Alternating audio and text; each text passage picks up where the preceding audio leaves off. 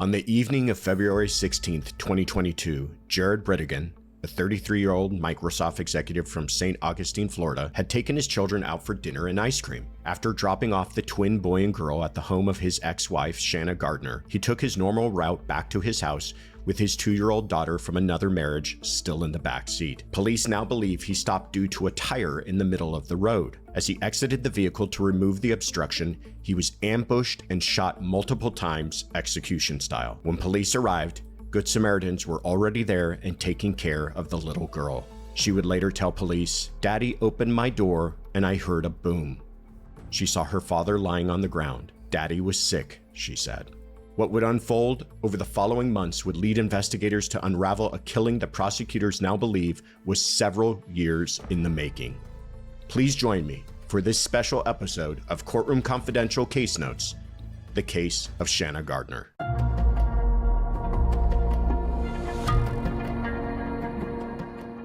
Date night was every other week for Jared Bridegan and his twin son and daughter. The time was always the same, and he typically kept them the entire time. Shanna Gardner, Bridegan's ex-wife, would later tell police that both her and her new husband, Mario Fernandez Saldana, were both home when the kids were dropped off. The typical routine was Jared would text when he arrived, and the kids would go out and get in the car. When he returned at the end of the night, he would let the kids out of the car, and they would go in through the garage of the home. According to Shanna, she was at the stove with headphones on, cooking her dinner. She had just returned from Walmart. Mario had a bad headache and was asleep. Police were able to pin down the drop-off time to be 7:48 p.m. When asked if the kids mentioned anything out of the ordinary about the evening, they only mentioned that Jared was on a work call when they first arrived at the restaurant and they had to eat quickly to get back home to their mother. While on his normal route shortly after leaving, Jared apparently stopped due to a tire in the middle of the road. An assailant approached and shot Jared multiple times at close range, leaving the child, who was still strapped in the car seat, unharmed, bearing witness to her father's murder. When police arrived at the scene, they found Bridegan lying dead next to the open door of his Volkswagen Atlas that still had the hazards on. Nothing appeared to have been stolen. Good Samaritans were already on the scene when police responded and were taking care of the little girl. Investigators said the bullets fired at Bridegan went inside the car, only inches away from his daughter's car seat. The 2-year-old later told police, "Daddy opened my car door and I heard a boom." She saw Jared laying on the ground, adding Daddy was sick. Soon after, police had surveillance audio from neighbors and had obtained surveillance video of the ambush murder. The video showed muzzle flashes and the unknown shooter running off. Police talked to Shanna Gardner the night of the murder, and she admitted that her divorce with Jared was not amicable, and in recent months, the ex-couple only communicated by text.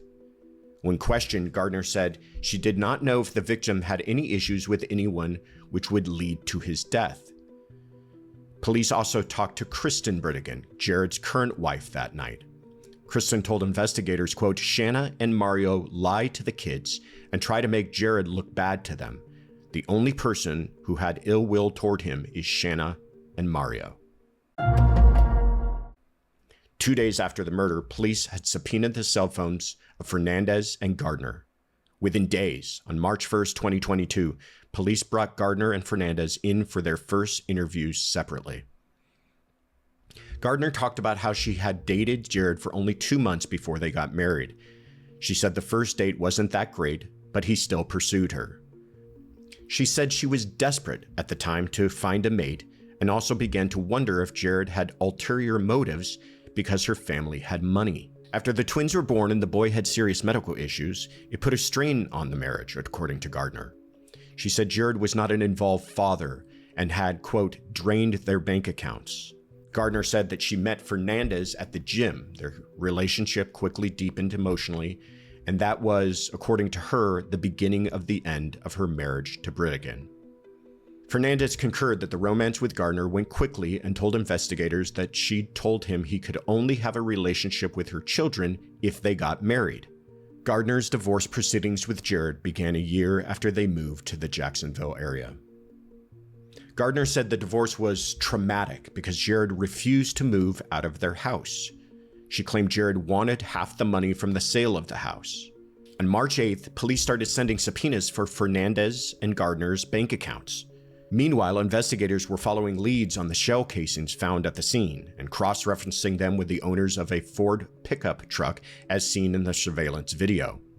They ran cell phone tower traces and sent samples from the tire off for DNA analysis. Police also talked to multiple neighbors of Fernandez, and several said they believed he was involved in Jared's death somehow. One said he didn't think Fernandez killed Jared, but, quote, could be responsible for planning Jared's death. Shanna Gardner is from Utah and met Jared Bridegan through his brother's wife while visiting Florida in 2009. Soon, Jared flew out to Utah to take her on a date. Gardner described the initial date as not going well, but he kept pursuing her. Gardner stated she became desperate to find a husband, so she decided to try to make it work. They were married after 2 months. Looking back, Gardner wonders if Jared did not have ulterior motives, knowing she came from money. Once they had kids, a huge strain was placed on the marriage due to her son's illness. They eventually moved from Utah to Connecticut because their son's medical condition required them to be close to his specialists. Once their son's condition stabilized, they moved to Jacksonville, where Jared's family was from, so they could help with the kids. During their marriage, Gardner claimed Jared was a hermit and only wanted to hang out with her or play with his, quote, toys. During family vacations, he was happier sitting in the hotel room versus spending time with her family. Gardner told investigators Jared was never physically or verbally abusive, even stating she could count on one hand how many times Jared yelled at her. But he would have a rude undertone, especially in text messages and emails. She stated he knew how to be charming when he needed to, but it was not his natural personality. She claimed he could be very bipolar. Gardner also complained that when they were living in Utah and then in Connecticut, Jared would not let her have friends and would be suggestive about how she would appear and dress. They eventually went to therapy, but by then it was too late. She started to realize that the relationship was not normal. This is when Shanna met a trainer at her gym and became emotionally involved with him. This made her realize she had deeper feelings for the trainer than she did for her husband. She later said, quote, "That was the beginning of the end." Jared assumed she had an affair, which he started to tell others, including their church members. According to Gardner, Jared started to bash her publicly. Less than a year after moving to Jacksonville, they got divorced and Gardner left the Mormon church. She stated the divorce was traumatic since Jared refused to move out of their house. The court divorce file has about 300 entries and motions. Gardner accused Jared of, quote, disturbing and abusive behavior toward their children, and he accused her of spying on him and treating him in, quote, a disparaging manner in front of the children. Police also spoke to Gardner's father about the divorce, who said that Jared was set on making Shanna's life miserable and that he was preoccupied with money. The divorce documents also said Gardner's father was willing to pay off Jared to get rid of him. Gardner's parents are Sterling and Shelley Gardner, co-founders of the highly successful Stamping Up arts and crafts company and fixtures in the Mormon community in Utah. Fernandez Saldana and Gardner met at a CrossFit gym in 2018, where he was a maintenance man. Gardner and Mario Fernandez soon married on Friday the 13th, 2018 in Jacksonville. Nobody originally knew they got married. She stated they did not know each other very well when they were first married. She stated Mario wanted to help with her kids, but the only way Jared would allow this is if they were married. Gardner and Mario started to date and they traveled to Utah to see her parents, and her mother suggested that they get married. Gardner believed it would not be a typical marriage, but a marriage for convenience, and they wanted to do what was best for the kids. On June 28th, investigators interviewed an unnamed friend of both Fernandez and Gardner. This female friend recounted a conversation which Gardner told her, quote, Mario offered to get 4 guys and break into Bridegan's residence to take care of him, and nobody would ever know. The friend also told investigators that Fernandez once told her, quote, you know I've killed people before. She took the comment as a threat. She said Gardner told her she only married Fernandez for child custody reasons, so that it would look good in court and her parents would give her more money. Gardner's parents were reportedly putting money into a trust for Shanna and her kids, but it turns out Fernandez was in control of the money as a trustee. The Gardners made sure the money was not for Shanna's personal income, ensuring that Jared would not have access. A clause in the trust document provided that once Gardner had no more legal entanglements with Jared, she could have the money. And finally, investigators interviewed a college friend of Fernandez who also dated him. She said Fernandez called her the night after the murder and said he knew who did it and characterized it as a hit and run. Not long after the murder, Gardner quietly moved across the country with the twins to a home recently purchased by her parents in West Richland, Washington. She did not move with Fernandez, whose last name she had also stopped using. She also hired prominent Jacksonville defense attorney Hank Cox. According to Gardner, this was to help protect her family from the publicity and sensationalism that included invasive photos of her children at a local park and implications that she was involved in the shooting. She claimed at the time the intense media coverage had become very loud and it made her children feel unsafe. Quote, "My kids are 10. They understand everything that is going on. They see this and they are scared, terrified, and struggling."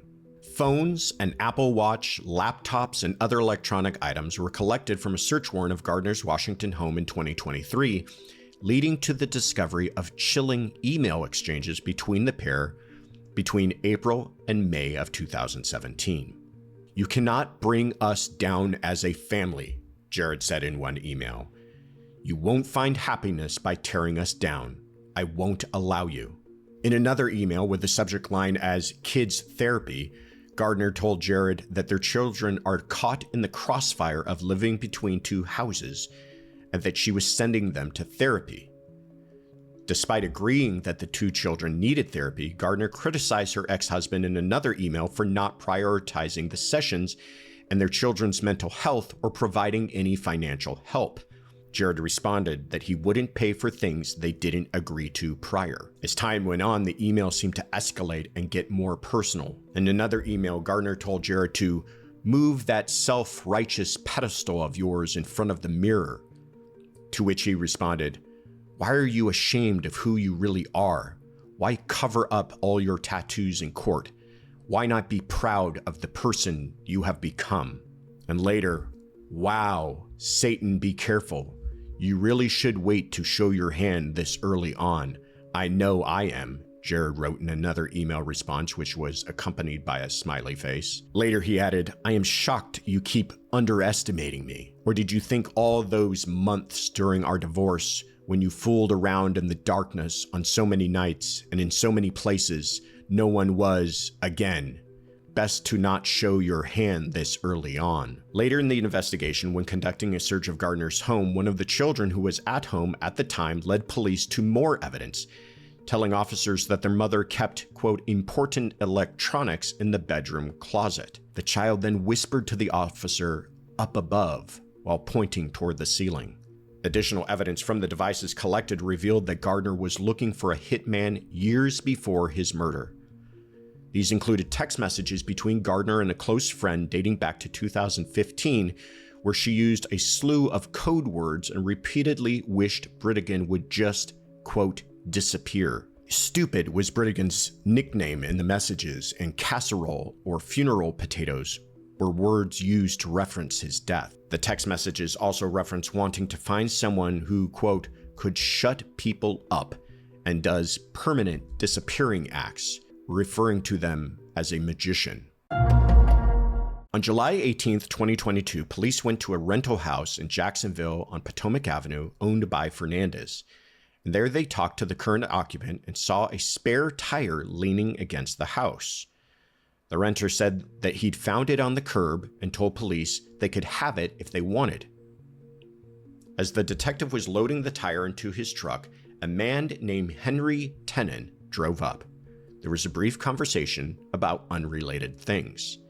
Police later tested the tire and it matched the tire found at the murder scene, so they went back to Potomac Avenue. The current renter told police Tenon went to Georgia to get his father's blue Ford pickup truck after his father died. The investigators' focus then narrowed onto Tenon, especially after police got hits on the truck all over Jacksonville. Cell phone records put Tenon in Jacksonville Beach the night of the murder, and he was arrested on unrelated charges in August. Police pressured him about Bridegan's murder, and he said a friend borrowed the truck that night. He said he didn't know about anything that would, quote, put him away, while pointing to a photo of Fernandez. He then asked for an attorney. On October 14th, police obtained Tenon's bank records and found 3 checks totaling $10,000 from First Choice Home Rentals LLC, which is owned by Fernandez and Gardner. There were checks for $2,000 and $3,000 that cleared on March 28th, and a check for $5,000 that cleared on April 4th. The state's attorney's office said the checks were signed by Fernandez. Who is Henry Tenon? Tenon was born in 1961 in Hawkinsville, Georgia, in Pulaski County in the central part of the state and north of Macon. He went to Vienna High School and notes on one of his Facebook accounts that he studied at Middle Georgia Technical College. It's unclear when he moved to Jacksonville, but Duval County court records document him here as far back as 1991. His most recent arrest report lists his employer as Monitoring Pallet Inc., although there are no records of a company by that name in Florida. Several of his arrest records list no employment. His most active Facebook account says he's, quote, self-employed. His prior criminal history includes low-level misdemeanor offenses such as domestic violence, DUI, and suspended license charges.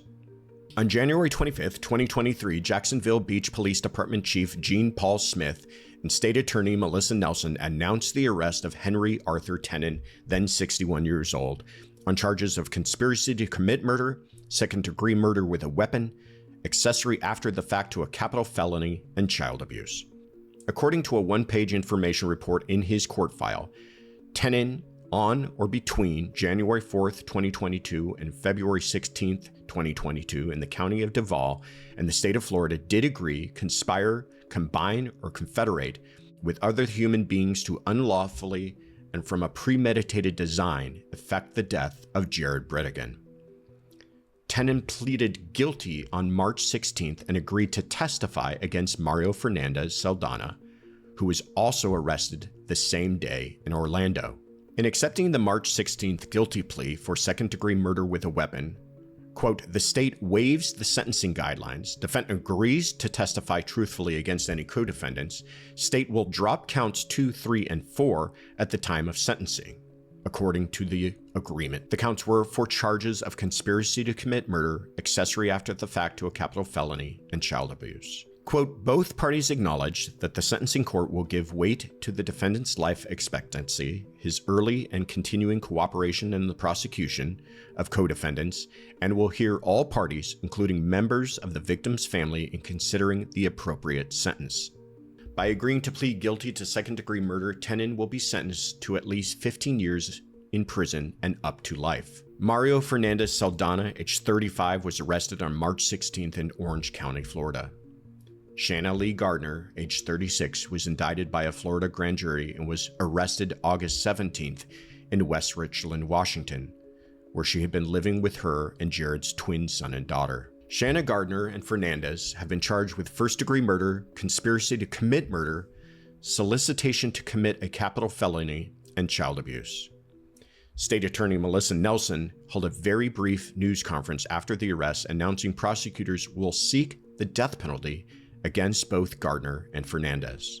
In November of 2023, Gardner hired high-profile criminal defense attorney Jose Baez to head up her legal team. Baez is known for defending notorious clients such as Casey Anthony, Aaron Hernandez, and rapper Tory Lanez. Baez will be joined by Ronald Sullivan Jr., the head of the Criminal Justice Institute at Harvard University, who previously worked with Jose Baez to win the acquittal of former New England Patriot Aaron Hernandez in his double murder trial. Jacksonville attorney Patrick Carodi, a former federal prosecutor, has also joined Gardner's defense team. Carodi is a death penalty qualified attorney and will lead the penalty phase. Baez will be the lead attorney in the guilt phase of the trial. Since his hiring, Baez wasted no time alleging investigators falsely claimed to have personally spoken with a witness whose text exchanges with Gardner was used as evidence to support Gardner being held in jail without bond. Quote, "We even have the phone records from when Detective Johns actually called her, so there's no getting out of this one," Bias said during a press conference. Additionally, Bias claimed those text messages, which included one from 2016 where Gardner asked her friend, "Is it too late to get a hitman?" along with testimony from another witness, were mischaracterized by the prosecution. Many of them were made in jest, and they were not taken seriously by anyone, and in fact, many of the individuals who were surrounding this case knew that, Bias said. But Bias claimed that additional context wasn't shared with the defense, and it wasn't until those witnesses contacted his office that the defense was made aware. Both witnesses submitted affidavits clarifying their position and basically saying these statements were completely taken out of context, Bias said. "If this is the type of conduct, and these are the types of things that are done in this case when everyone is watching," Bias added, "you can only imagine what is being done when no one is watching." This case obviously has a lot of information to digest, but I think one of the biggest takeaways is the understanding that for a long time, investigators were working on a very high motive case. A lot of evidence about motive and possible suspects, but it was very low on forensics and low on eyewitnesses until they had this remarkable break in the case by speaking to Henry Tenon. And it just shows you how important sometimes a break is for investigations. Sometimes speaking to a person willing to flip can be the entire difference maker in a case. And that is exactly what happened here. I think another thing to appreciate is how the prosecutors have understood by giving a deal to Tenon and pursuing the death penalty against Gardner and Fernandez, that the person holding the gun isn't always the most culpable person in a murder. Thank you so much for joining me. Please make sure to check in back with us every Friday here on YouTube or wherever you get your podcasts. We hope you have enjoyed this very special episode of Courtroom Confidential Case Notes.